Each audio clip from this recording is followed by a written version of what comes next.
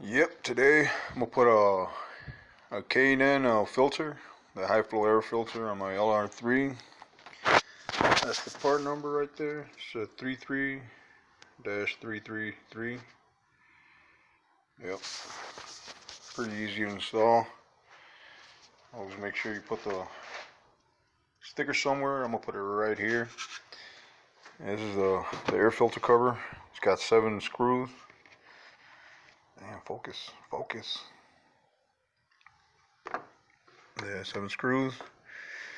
Loosen them up. Pop it up and there's it. Got one of those cheap fram air filters. Oh yeah, things seen some better days.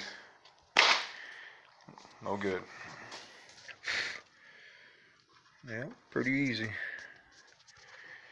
You can either go, I don't know if they sell the mass airflow one.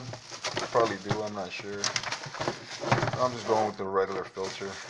Keep it looking stock. Place it in like that and boom, voila. Make sure it's sitting right.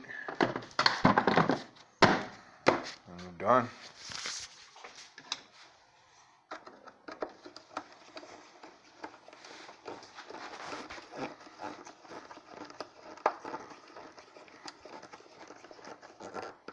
Screw it in.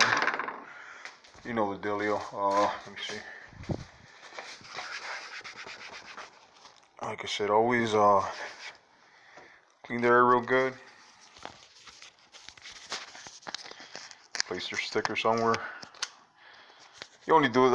I do this to all my cars, but I don't have to because I do my own changes. But if you wanna, sometimes you go to them quick oil change place and they ask you like, hey, you want to change your oil filter? I mean your air filter. Just say no. You always gotta watch out, man, because they might steal your filter. Just throw in a used cheap one. Oh, I don't know if that's gonna stick. Yeah, I don't know.